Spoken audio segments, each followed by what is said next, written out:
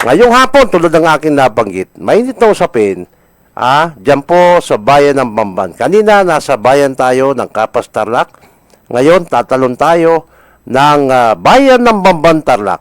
Okay, marami ho kasi mga komento sa ating nakapanayam, yung interview natin kay Oscar, Mr. Oscar Rivera, ang tribal leader ng mga katutubo dyan sa Bamban, Tarlac. Okay, ngayong oras na ito, upang sagutin lahat ng mga binabato, mga akusasyon, nasa ating linya ng telepono o ng ating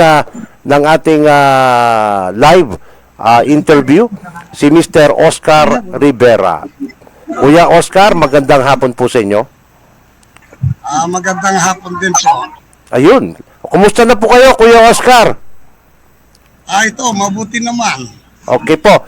Okay, unang-una, Kuya Oscar. Nako, ang dami hong mga komento sa inyong naging pahayag nung interview natin nung ako'y nandiyan dyan. Kuya Oscar, kayo po ay may pagkakataon po ngayon na sagutin lahat yan, Kuya Oscar. Okay. Sige po, lapit po kayo. Yes. Ako naman kasi hindi ako nagtataka eh. Opo. Kasi kumbaga sa mangga, kung ang manggay maraming bunga, Oho. bawat dadaan bumabalibag, bumabato. Hindi natin napagtakaan yan. Kasi ako naman, hindi naman ako perpetuang tao, magaling na tao. Opo. Nakukuha lang natin ang galing natin dito sa mga grupo. Ito, nakikita mo ngayon ang buong grupo ng AITA. Ay, kumusta po kayo? Mga kapatid. Ayan. Opo. Ayan. Oo. Nakita mo ayan pa. Kumusta po kayo? Alam nga nilang may interview tayo eh. Opo. Mabuti po yan at nang makuhanan din natin ang kanilang sentimiento sa mga nagaganap ngayon. Kasi kayo po ay isang grupo lamang, nagkakaroon po ng iba't ibang mga reaksyon, mga komento, Kuya Oscar. So, okay. Yung pong ilang mga komento na nais nating linawin ngayong oras na ito, yung pong mga akusasyon sa inyo na binabanggit po na yun daw pong lupain ng mga katutubo ay nabenta daw po, Kuya Oscar. Okay, magandang tanong yan. Opo. Magandang tanong yan. Ang totoo nito, unahin ko muna dito kay Barangay Kapitan Sandel. Ayan, opo, ng San Vicente. Okay, kasi Sandel Adrias, opo. Yes.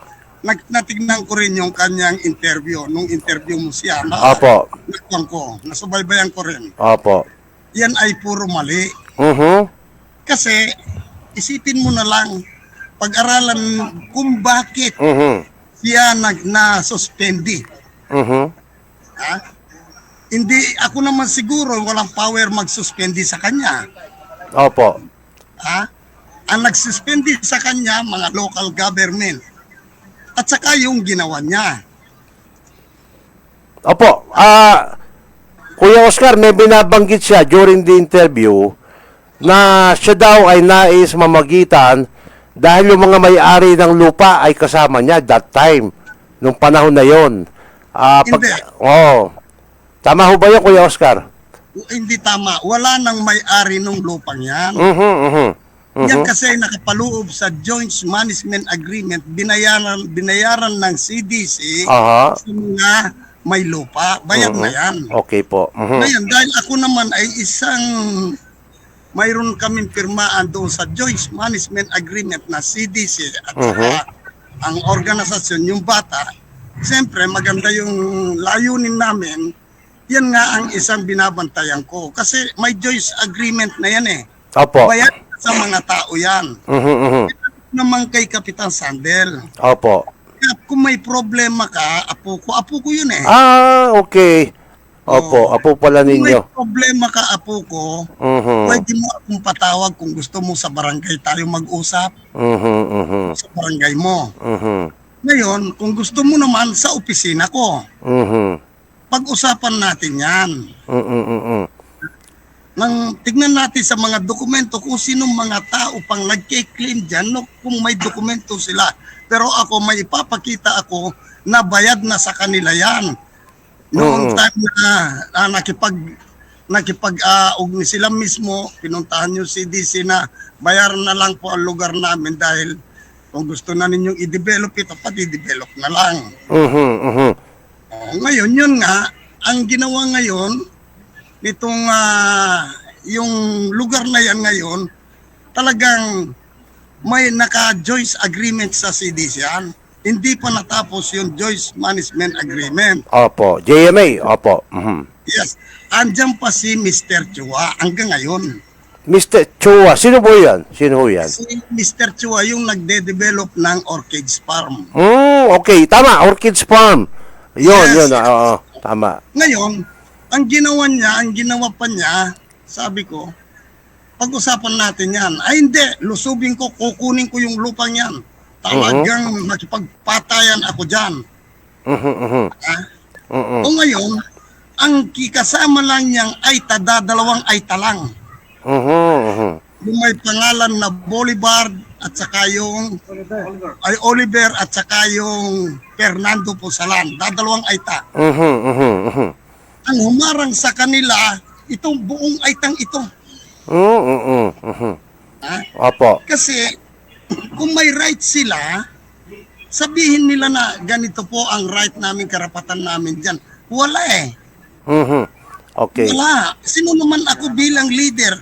Tao ko yung dalawang Aitang yan. Ang karamihan po, puro kapangpangan ang gusto mag-take over sa loob ng country. Okay. Kasi ho, ang pagkakaalam ko ho, Kuya Oscar, sabihin po ninyo kung tama ako o mali ako. Ang NCIP po, Kuya Oscar, siya po dapat ang ikang ahensya ng pamahalaan na magsabi kung ang lupang yung tinatawag na ancestral domain ay dapat i-develop, Kuya Oscar, tama ba ako? With your approval, of course. Yes, tama. Opo, bilang tribal leader. Yes, naganap naman yan. Kaya may joint agreement sa CDC. NCIP, ang bata at saka CDC. Okay. Ano pong ibig sabihin ng bata? Bamban Aita Tribal. Bamban Aita Tribal Association. Ayun, okay, tama. Nung bata pa ako noon. Nung bata pa po, bata pa po kayo ngayon. Kuya Oscar.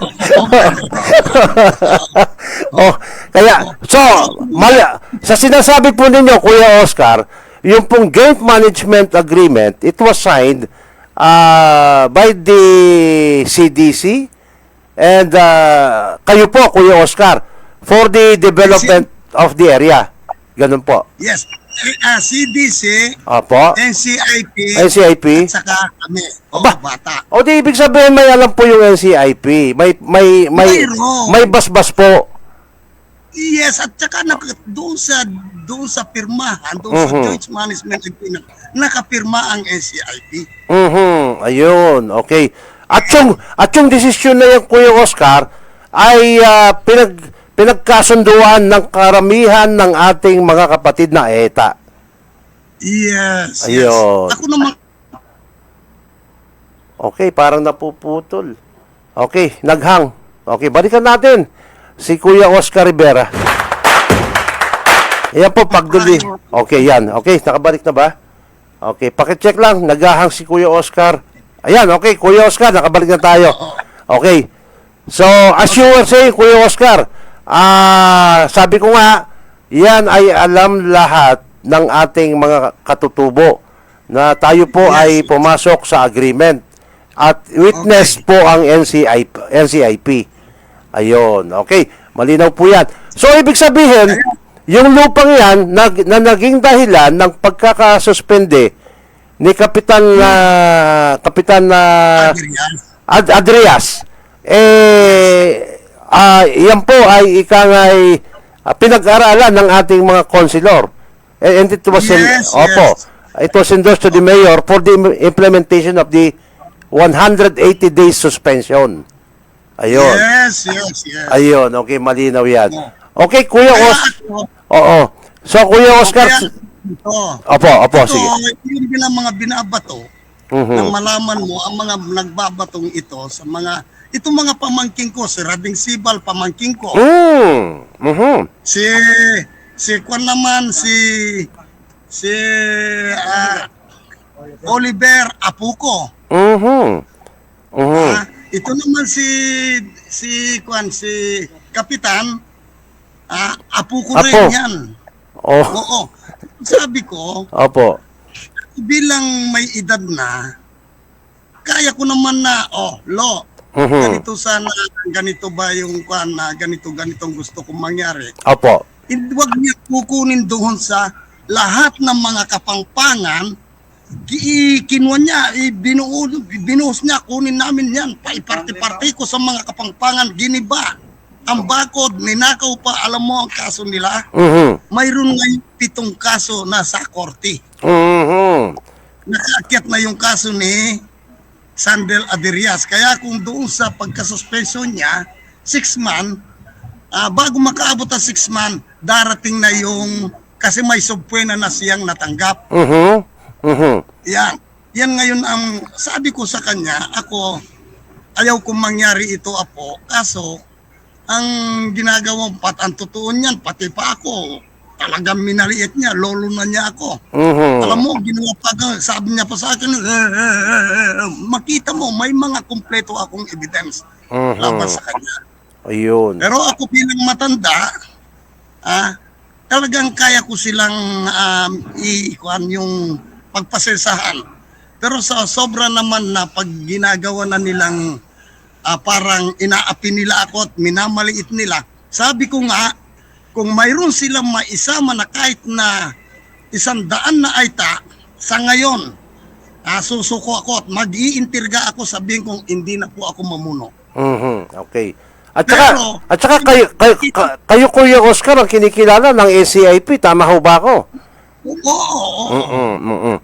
Yun, mali na yun. Alam mo, kahit nagsasalita ka, ang totoo nito, gusto ko nga kitang talagang makausap eh. Opo. Dahil talagang mayroon akong ipapakwan sa'yo, kagaya nitong mga ibang mga kapatid natin na mga nasa kapas, may laang problema nila, hindi matapos-tapos din. Kaya gusto ko sana matulungan mo rin na kahit sa pamamagitan ng live. Ay, opo. Anytime po yan. Ako po tutungo dyan para personal ko po silang makapanayam. At malaman din yung mga problema nila. Pero dito muna po tayo sa problema natin kasi nais ko pong i-correct sana yung mga sinasabi nila. Dahil unang-una may binabanggit po yung binabanggit ni Kapitan Sandel Adrias, it was 54 hectare. Tama ho ba ako? Kuya Oscar? Ay, hindi, kulang nga eh. Kulang nga. Kulang nga yung sinabi niya eh. Ay, kulang. Nako, mag-abono ko. 57. 57. Ayun. 57 hectare. Ayun. Oo. Pero dito, wala pang right na i-take over niya yan. Dahil mayroong nga joint management agreement. Kasuhan niya muna itong joint management agreement pawalan niya munang visa itong pinirmaan ng bata at saka yung CDC at saka NCIP. Yun, oo. Tama. Kasi yun ang binding yun. Ano po naman ng JMA na yan? Yan ho ba ay ibinenta o ipinahiram para i-develop, makapagbigay ng hanap buhay? Naka-lease? Lease contract. Okay, lease contract. Ilang taon po yan, Kuya Oscar? 25 years sa CDC. Doon kami naman mga AITA, doon kami nakakakuha ng 20%. Okay. Ibig sabihin sa pag-uupa nitong si ano pangalan, Mr. Chong? Mr. Wang? Mr. Chua. Chua, ayun. Yun. Yes. Si Mr. Chua. Nagbabayad dyan sa CDC. Pagkatapos, kumukuha kayo ng 20%. Para naman sa ating mga kapatid. And then after 25 years, yan po ay babalik sa inyo yung lupa na yan. Babalik sa amin. Babalik. Ayun, okay. Sana buhay pa ako after 25 years. So, ang ibig sabihin yan, malinaw, wala pong bentahan. Kung hindi lease agreement Wala. lamang. Yes, yes. Ayun. At saka, sino naman tayong ibenta natin ang lupa? Ang totoo nito, Mhm. ayan, andyan, paikot, hanggang doon. Ito, kung maiikot mo lang itong mga kwan natin, makikita mo yung mga tribal leaders natin. Mhm. Isang pinagbibiling ko ganito. Opo. Wag na kayong benta ng lupa. Mhm.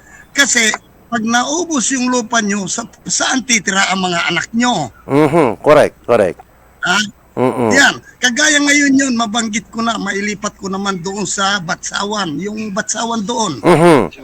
Ha? Mhm. Doon kay Oliver. Doon kay Oliver Margarito. Opo. Yung hindi, mayroon kaming lupa na ibinigay ng gobyerno yung kadti. Opo. Kanti. Diyan mag-aagdan ang AITA, palipat-lipat po pwede dahil communal sa amin yan. Opo. Mhm. Ha? Mhm. Ngayon, ang ginawa nitong mga AITang ito na Oliver Margarito, pumunta doon sa titulado na nawala na, lumabas sa kadti, kinuha yung lupa ng mga Kapampangan, kaya ngayon dinidemanda naman sila dahil titulo, may tituladong nakatitulo ang lupa ng mga Kapampangan na kanila na naman inaangkin. Okay. Okay, Kuya Oscar. Maliban dyan sa nabanggit ko na 57 hektar pala, meron pa akong pinag-uusapan na mahigit 200 na hektarya. Ito ba'y kapareha na nakapasok doon sa Joint Management Agreement, Kuya Oscar? Oo, nakapasok. Pero ako, hindi ko alam kung saan yung 200 na hektarya niyan.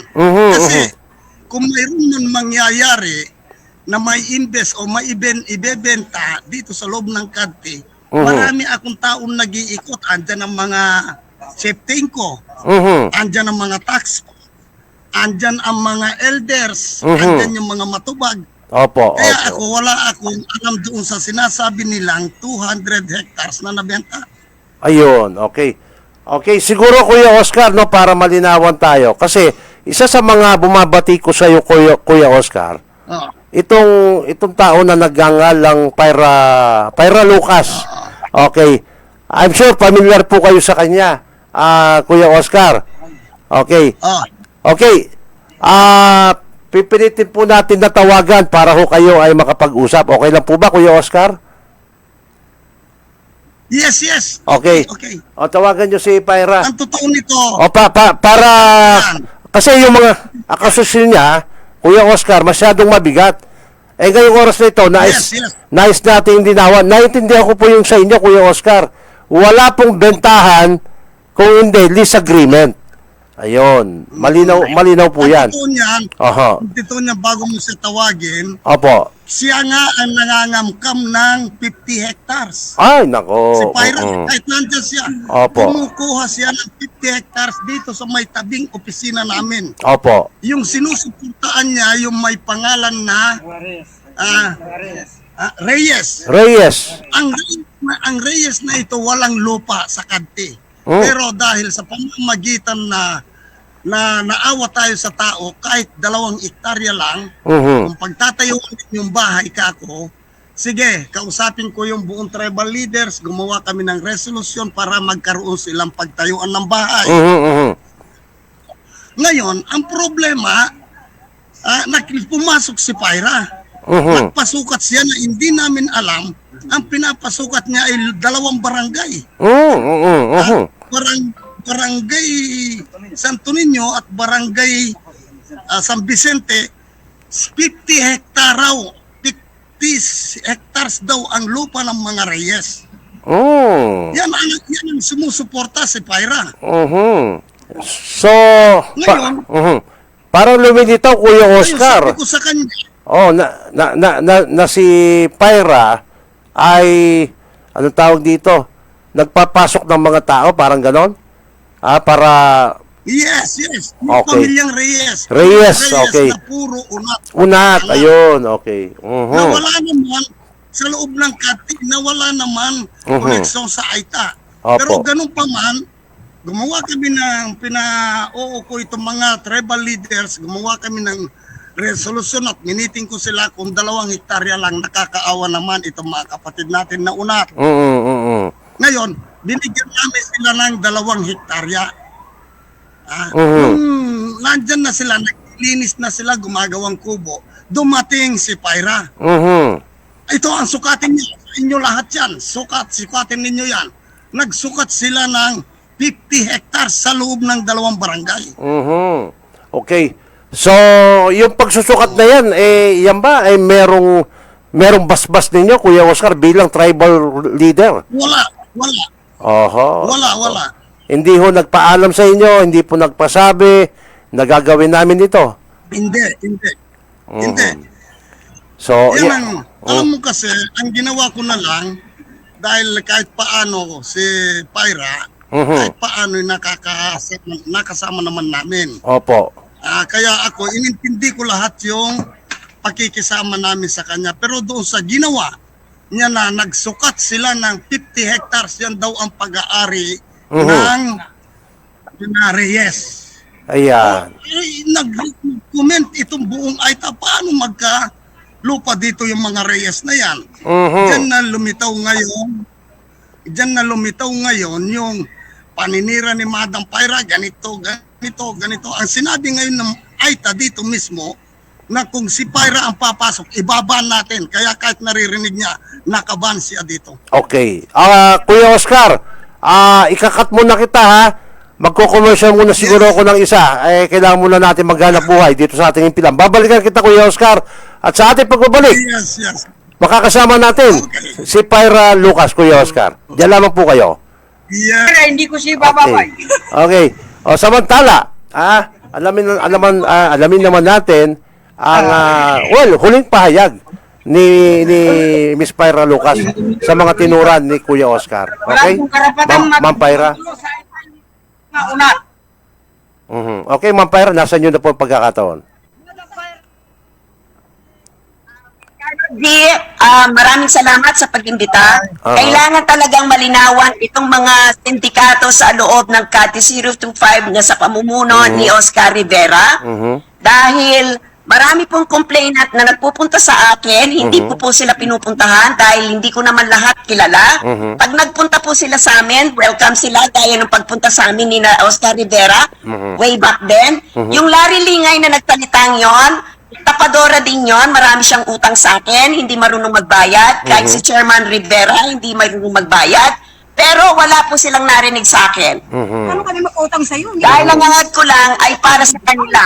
Wala akong interes sa kanilang lupa. Kahit kapaso o katiting na lupa ay wala akong hiningi sa kanilang pabor o kapalit nung pagtulong ko sa kanila. Period. Ayun. Okay. Sige. Maraming salamat. Thank you very much. Pwede kong i-up yung mga Reyes family para magpa-interview sila. Okay, bukas, Bye, Carol. thank you very much sa Miss Pyra Lucas. Bukas, makakausap natin yung mga taga-NCIP. Hindi pwedeng hindi.